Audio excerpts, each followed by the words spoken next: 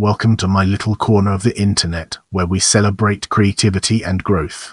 Thank you for choosing our video on Van Buren v. United States.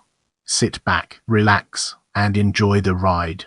Van Buren v. United States, 593 U.S. 2021, was a United States Supreme Court case dealing with the Computer Fraud and Abuse Act CFAA and its definition of exceeds authorized access in relation to one intentionally accessing a computer system they have authorization to access. In June 2021, the Supreme Court ruled in an opinion that one exceeds authorized access by accessing off-limit files and other information on a computer system they were otherwise authorized to access. The CFAA's language had long created a circuit split in case law, and the court's decision narrowed the applicability of CFAA in prosecuting cybersecurity and computer crime. Now, let's shift our attention to background. The Computer Fraud and Abuse Act CFAA is a federal law passed in 1986 to strengthen the laws around unauthorized access to computer systems. The law was passed partially based on fears from Congress members who saw the 1983 film War Games. Among its core statutes is that intentionally accessing a computer system without authorization or exceeds authorized access to obtain protected information, financial records, or federal government information is considered a federal crime that can include fines and imprisonment as a penalty. The exact definition of exceeds authorized access is not clear and created a circuit split of cases at the circuit courts. In the 1st, 5th, 7th, and 11th circuits, the courts upheld a broad view of the statement that accessing a computer with authorization but for an improper purpose is a violation of the CFAA. The 2nd, 4th, and 9th circuits took a more narrow view that a violation only occurs if the authorized user accesses information they were prohibited from accessing.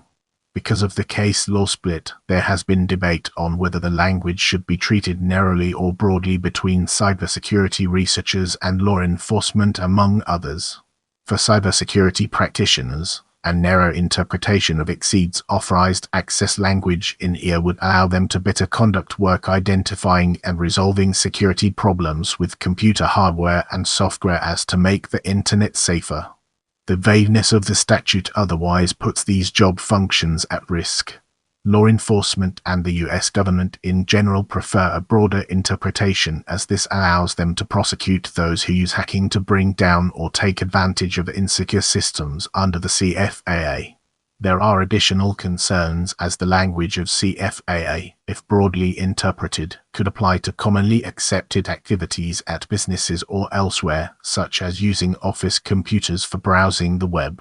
Jeffrey L. Fisher, a law professor at Stanford University who represents the petitioner in the present case, states that the law's language is outdated with modern computer usage, and its broad interpretation a crime out of ordinary breaches of computer restrictions and terms of service that people likely don't even know about, and if they did would have no reason to think would be a federal crime. In this section, we'll be peeling back the layers of facts of the case to reveal its true essence. Police officer Nathan Van Buren, from Cumming, Georgia, was in need of money and asked a man, Andrew Albo, for help.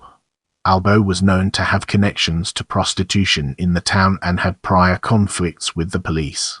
Albo reported this request to the local sheriff's office, where the request was passed to the Federal Bureau of Investigation (FBI). The FBI set up a sting operation and instructed Albo to offer Van Buren, but in exchange, to request Van Buren look up a license plate on the Georgia Crime Information Center GCIC he had authorized access to, as to see if its registered owner, a stripper, was an undercover officer. Van Buren complied with the request, which led the FBI to arrest him for felony computer fraud under the CFAA.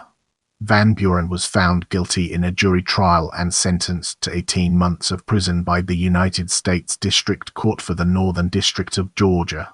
Van Buren appealed the conviction to the United States Court of Appeals for the 11th Circuit, asserting that accessing the GCIC that he had authorized access to but for an improper purpose was not a violation of the exceeds authorized access clause of the CFAA. While the circuit judges had some sympathy for this argument, they chose to rule on precedent from a prior 11th Circuit case, United States v. Rodriguez 2010, to uphold Van Buren's conviction. With our foundation established, it's time to explore Supreme Court and its relevance to our overarching theme. Van Buren petitioned to the Supreme Court, which granted certiorari in April 2020. The case was argued on November 30, 2020, via telephone due to the COVID-19 pandemic. The court issued its decision on June 3, 2021. In a decision, the court reversed and remanded the lower court ruling. The majority opinion was written by Justice Amy Coney Barrett, joined by Justices Stephen Breyer, Sonia Sotomayor, Eleanor Kagan, Neil Gorsuch, and Brett Kavanaugh. Barrett ruled that for the CFAA, a person violates the exceeds authorized access language when they access files or other information that is off limits to them on a computer system that they otherwise have authorized access to. The majority opinion distinguished this from Van Buren's case, in that the information that he obtained was within the limits of what he could access with his authorization, but was done for improper reasons, and thus he could not be charged under CFAA for this crime. In that opinion, Barrett agreed with critics of the law that if they had taken the government's stance that the exceeds authorized access clause criminalize every violation of a computer use policy, then millions of otherwise law-abiding citizens are criminals. Justice Clarence Thomas wrote the dissenting opinion, joined by Chief Justice John Roberts and Justice Samuel Alito. Thomas wrote that many parts of federal law denote portions of law where a person may be given temporary access to property but still places limits on what they may do with that access, such as a valet parking a car, and that the majority had taken a contrived position. Thomas wrote, "It is understandable to be uncomfortable with so much conduct being criminalized, but that discomfort does not give us authority to alter statutes." This case is notable for being the first in which Justice Stephen Breyer signed the majority opinion. Because the Chief Justice and Justice Thomas both dissented, Breyer, who is the second most senior Associate Justice, was the most senior justice in the majority and so assigned the opinion. Breyer chose to assign this opinion to Justice Barrett, who was the newest justice at the time. In the next portion, we'll be immersing ourselves in the realm of reactions and examining its broader implications. The Electronic Frontier Foundation, which had filed an amicus brief in the case stating that the CFAA has hindered work and opined that the government's broad interpretation of the CFAA meant that standard security research practices can be highly risky, called the ruling a victory for all Internet users and especially good news for security researchers. As we embark on the next leg of our journey, let's unpack the layers of impact and examine its core elements. The following week, on the basis of Van Buren, the Supreme Court vacated the Ninth Circuit's decision in IT Labs v. LinkedIn 2019 via order, in which it had prevailed to be able to web scrape data from LinkedIn, which is owned by Microsoft.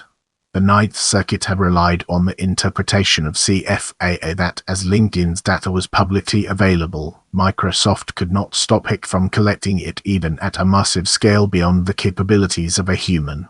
The Supreme Court vacated the ruling and instructed the Ninth Circuit to review the case under the Van Buren decision, which could incorporate web scraping as an improper act under CFAA within the Supreme Court's ruling. I appreciate your time and I'm grateful for every like, comment, and share.